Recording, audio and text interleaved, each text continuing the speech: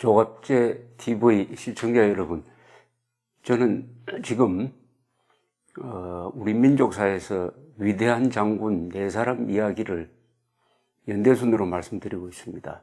삼국통일의 원hun인 김유신, 그리고 고려시대에 가장 어려울 때 몽골 지배 시절에 살았던 김방경, 그 다음에 조선의 이순신을 이야기할 차례입니다. 저는 5월에 선거가 끝나고 나서 일본 시고쿠를 여행을 갔습니다. 시고쿠에 마쓰야마라는 오래된 도시가 있습니다. 소나무 송자의 매산자 마쓰야마입니다. 마쓰야마 성은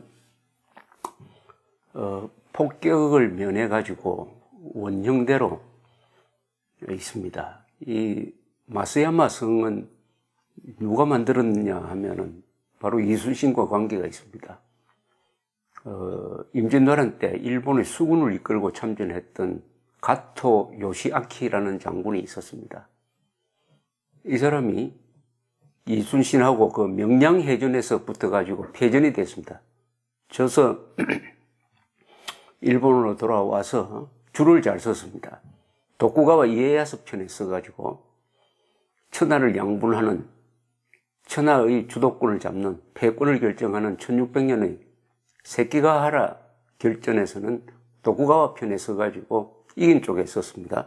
그래서 마쓰야마의 영지를 이제 얻어가지고 거기에 성을 이 사람이 만들었습니다. 혹시 마쓰야마 여행을 많이 가십니다. 거기 도고 온천이라고 일본에서 가장 오래된 온천이 있습니다. 거기 가시면은 그 마쓰야마 성을 지은 사람이 명량해전 때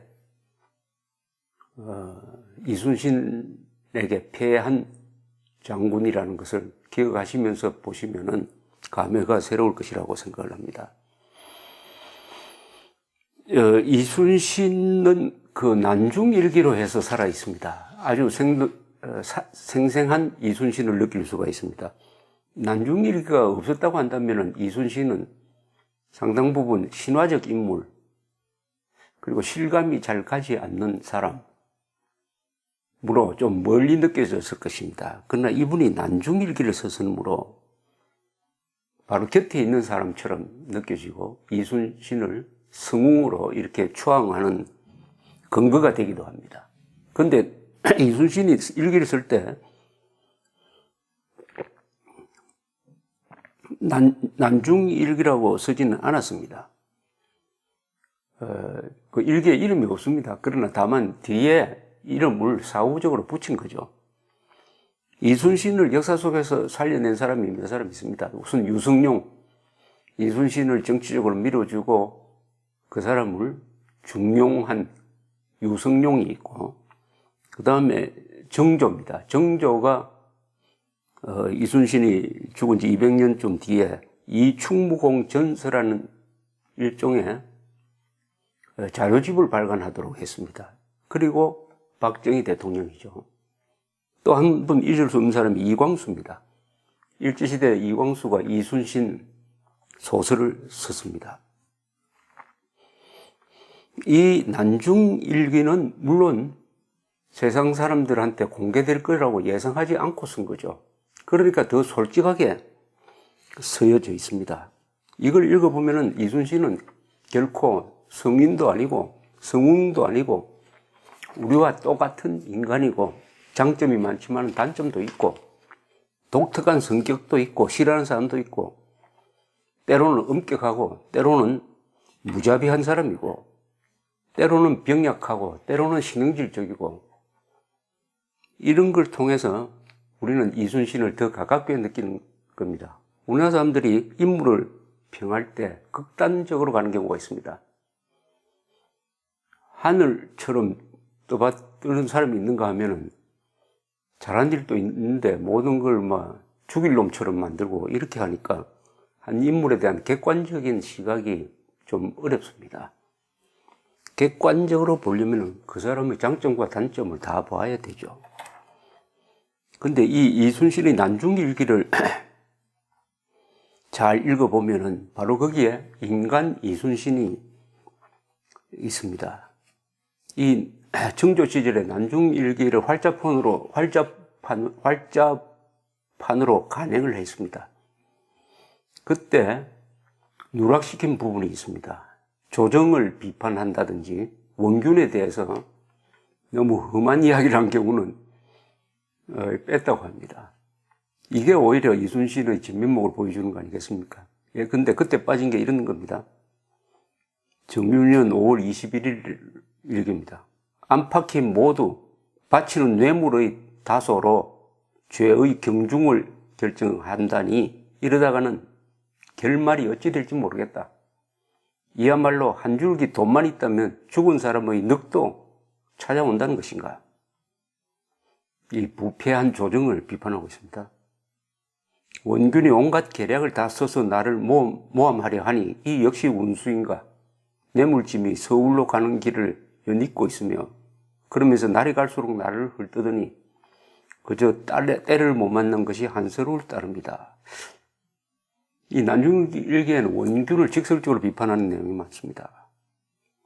그러나 원균은 임진왜란 끝난 다음에 공신도감에서 3대 공신을 뽑았는데 거기에 이순신, 원균, 권율이 들어가 있습니다.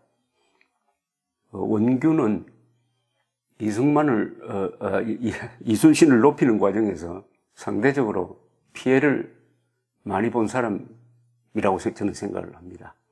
원균은 우리가 알려진 대로 그렇게 나쁜 사람이 아닐 것입니다. 원균을 역사 속에서 복권시키는 그런 작품, 소설도 나왔으면 합니다. 1998년에 서울대학교 원자력공학과의 박해일 명예교수가 그 다음에 이희동, 배영덕, 김명석 이런 분들이 쓴 이순신 일기, 친필 초본에서 구격본에 이르기까지라고 이 난중일기를 잘 분석한 책이 적이 있었습니다. 이걸 읽어보았더니 이순신은 초인이 아니라 몸이 아주 약했던 사람이 아니냐, 신경성 위장병을 앓았다고 합니다. 그런 느낌을 받습니다. 이 일기에 몸이 불편하다든지 병에 걸렸다든지 라고 언급한 대목이 이분들이 이 박해일 명예교수 등 이런 분들이 통계를 내어봤더니 180분입니다. 180여 회입니다. 그러니까 얼마나 아팠겠습니까? 예, 근데 이런 겁니다. 1597년 8월 20일자 일기, 새벽 2시쯤에 광란이 일어났다. 토사 광란이 뭐죠? 차게 한 탓인가 하여 소주를 마셔 다스리려 했다가 인사불성에 빠져 거의 구하지 못할 뻔했다. 토하기를 10여 차례나 하고 밤새도록 고통을 겪었다. 토사광란이 일어나면은 조심을 해야 될 텐데 오히려 소주를 마셔서 술로 다스리려고 하다가 인사불성에 빠졌다고 되어 있습니다. 이순신은 아주 술을 즐겨 마신 분입니다.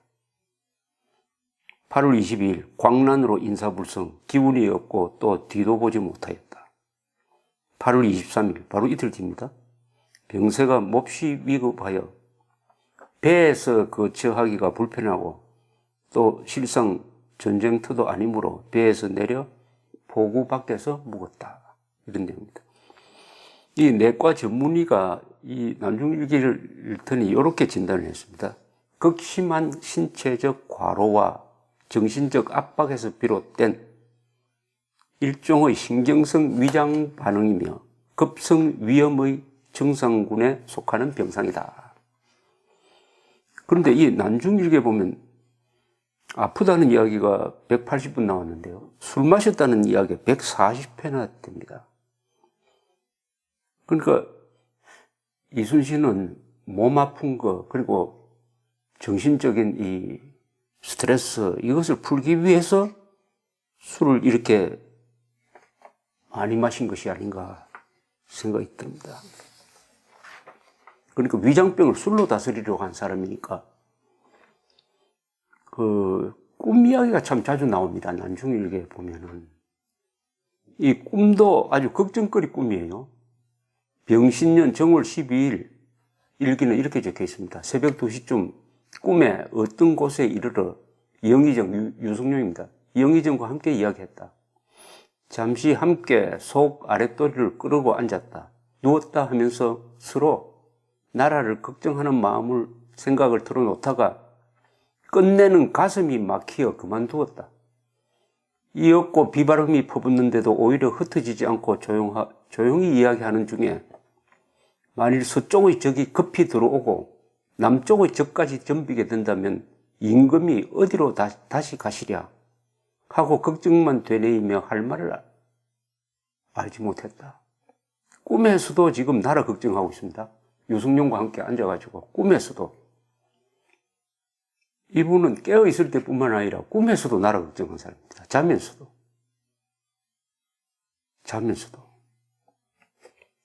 이순신의 진면목은 명량해전이죠. 명량해전.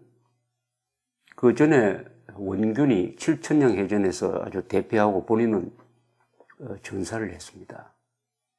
사실은 원균은 그 해전에 나가면은 질 거란 걸 알았습니다.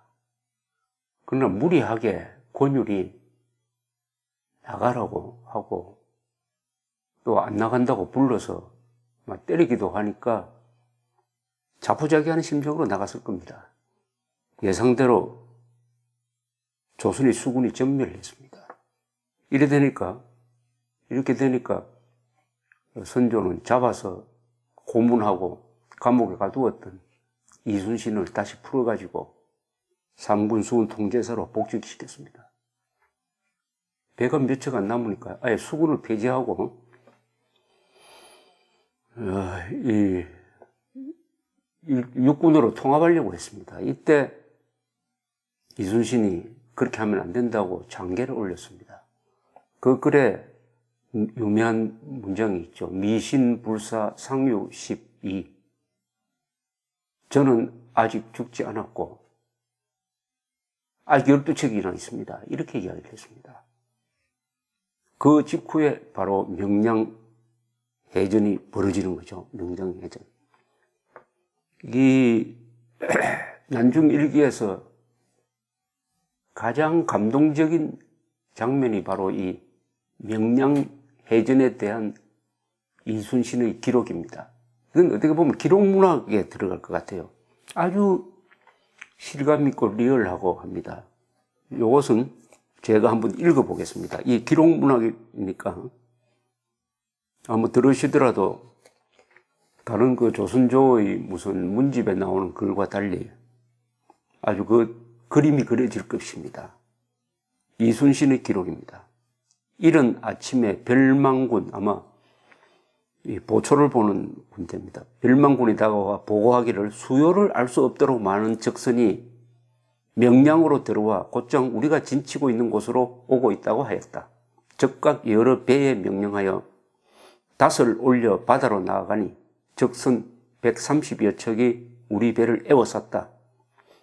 우리 장수들은 적은 수로 많은 적을 대적하는 것이라 모두 회피하기만 꽤 하는데 우수사 김억추가 탄 배는 이미 두마장 밖으로 나가 있었다. 나는 노를 재촉하여 앞으로 돌진하여 지자, 현자 등 각종 총통, 포입니다. 총통을 폭풍과 우레같이 쏘아대고 군관들이 배 위에 총총히 들어서서 화살을 빗발처럼 쏘니 적의 무리가 감히 대들지 못하고 나왔다가 물러났다가 하였다. 그러나 겹겹이 둘러싸여서 형세가 어찌 될지 알 수 없어 온 배의 사람들이 서로 돌아다보며 얼굴빛을 잃고 있었다. 나는 조용히 타이르되 적선이 비록 많다고 해도 우리 배를 바로 침범치 못할 것이니 조금도 마음을 동하지 말고 다시 힘을 다하여 적을 쏘고 또 쏘아라 하였다. 여러 장수들의 배들을 본 적 먼 바다로 물러나 있는데 배를 돌려 굴령을 내리고자 해도 적들이 그 틈을 타서 더 대들 것이라 나가지도 들어서지도 못할 형편이었다.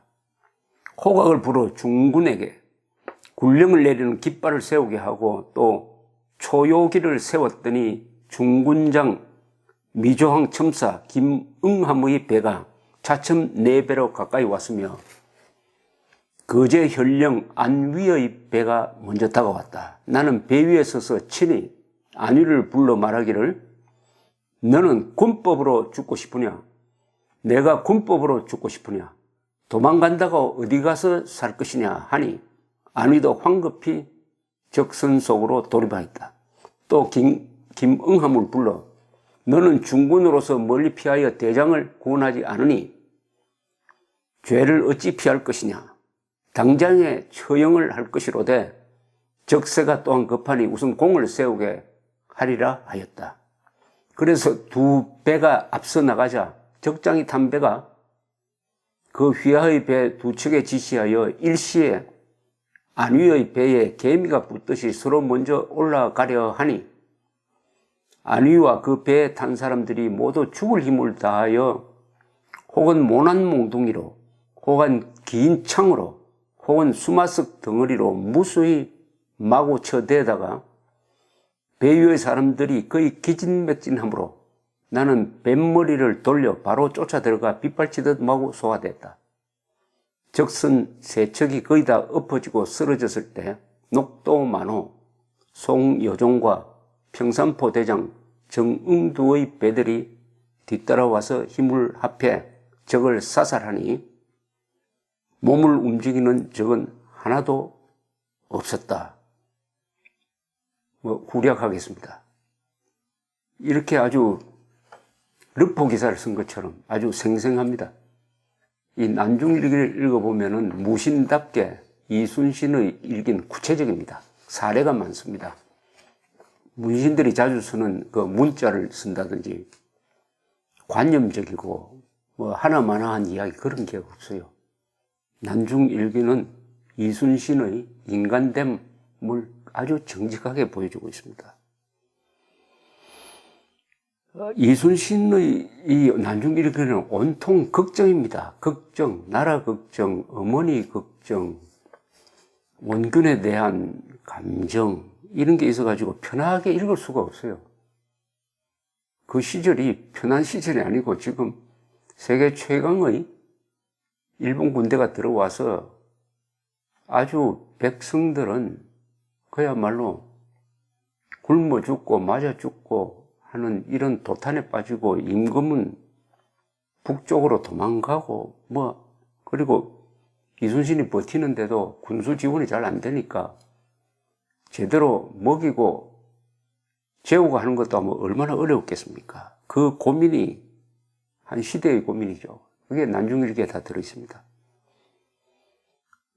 특히 어머니와 아들, 아버지 이 세 사람의 죽음과 연관된 일기는 그야말로 애통해서 차마 이거 읽고 있기가 힘들 정도입니다. 1594년 그러니까 임진왜란이 발생한 지 2년 뒤입니다. 5월 9일 일기는 이렇습니다.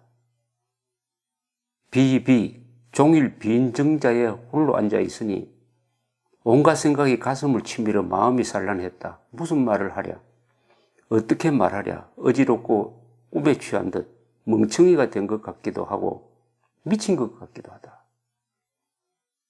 이때 잠 못 이루는 밤을 달리면서 읊은 시조가 한산섬 달 밝은 밤에 수루에 혼자 앉아 큰 칼 옆에 차고 깊은 시름하는 차에 어디서 일성호가는 나무의 애를 끌라니 하는 시죠.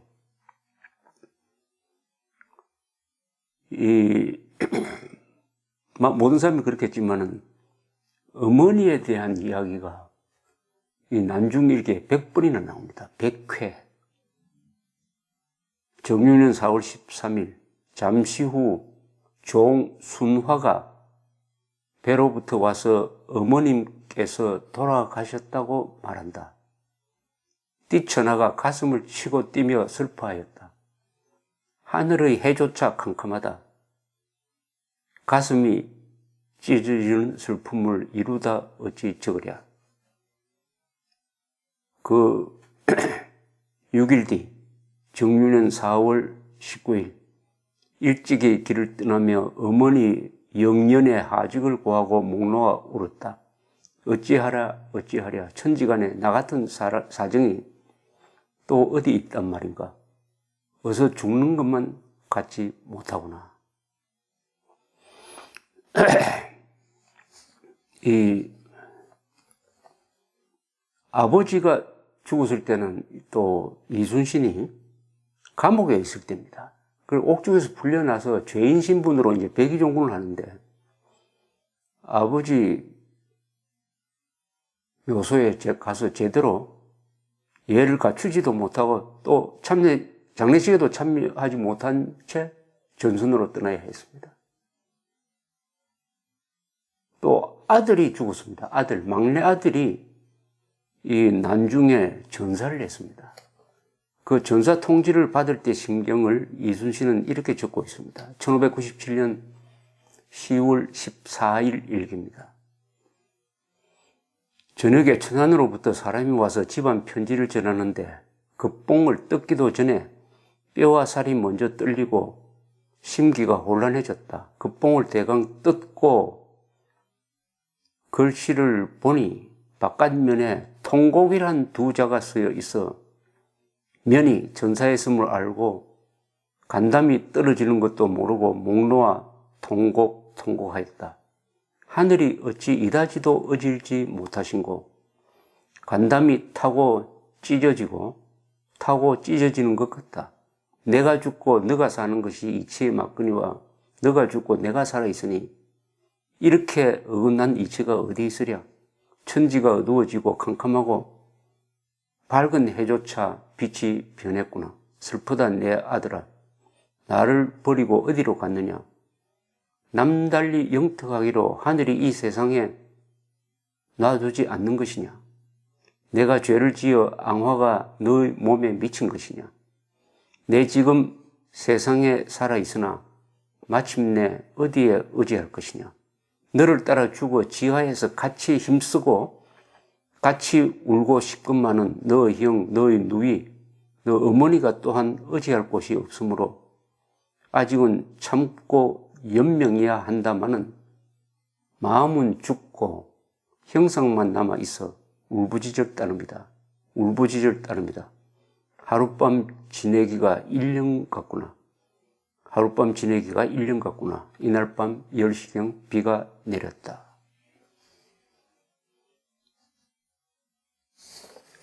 난중 일기에는 탈영한 군인들 잡아와서 목을 치고 엉터리 보고를 한 군관을 곤장 때리는 이야기, 또 뇌물을 받고 배를 빌려준 군인들을 처벌하는 이야기, 또 왜군 포로의 목을 치는 이야기, 이런 이 벌 주는 내용이 110차례나 있습니다. 110번이나 있습니다. 110번.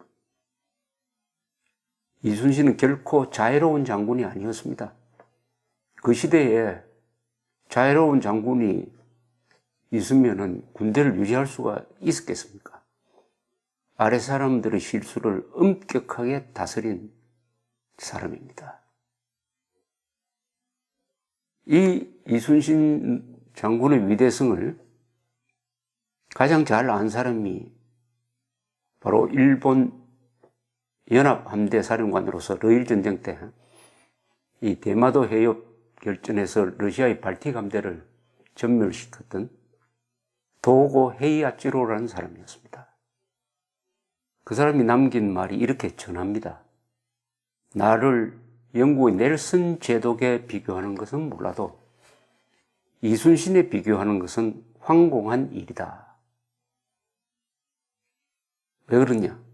넬슨이나 나는 국가의 전폭적인 뒷받침을 받아 전쟁에 임했다. 그러나 이순신은 그런 지원 없이 홀로 고독하게 싸운 분이다. 바로 이게 핵심이죠. 이순신은 자력으로 싸운 사람입니다. 국가가 전폭적인 지원을 하지 않고요. 때로는 잘 싸우는 이순신을 불러가지고 왕명을 거역했다 해가지고 고문하고 감옥에 가둔 군인을 알아주지 않는 시대에 태어난 군인이었습니다. 군인을 경멸하던 시절입니다. 과거 시험에 합격한 사람들, 글 좀 안다고 권력을 잡고 군인을 아주 머슴 취급하던 이런 시대, 문약한 시대에 군인을 하니까 군인은 알아줘야 됩니다. 지금 외국에 가면은 동상이 많지만은 군인 동상이 가장 많습니다. 그 이유가 있습니다. 군인은 전쟁이 나면 목숨을 바칠 사람이다. 그러니까 평소에 군인의 명예를 더 높여야 한다. 그 명예욕으로 해서 군인들은 목숨을 걸고 싸운다. 그래서 군인 동상이 많은 것입니다. 군인을 알아주는 시대에 태어났던, 그래서 뜻을 폈던 김유신이 있는가 하면은 군인을 경멸하던 조선조에 태어나서 그것도 세계 최강의 육군인 일본과 맞서서 이 조선을 지켜내고 그 마지막 전투에서 죽은 이순신의 고독, 그것은 절대 고독입니다. 아무도 이해해주지 않고 아무도 도와줄 수 없었던 절대 고독을 담은 난중일기로 해서 이순신은 영원히 우리 가슴 기억 속에 살아있는 거죠. 이순신 일기에서 가장 자주 등장하는 그 행동은 술 마시는 것보다 더 많은 행동이 활입니다. 활쏘기. 활을 쏘았다는 게 270여 회입니다. 활쏘기, 요새는 말하면 사격이죠. 우리나라 장군들이 사격 연습을 얼마나 많이 하는지 모르겠는데 이순신은 사격했다는, 활을 쏘았다는 기록이 270여 회에 걸쳐서 적혀 있습니다. 경청해 주셔서 감사합니다.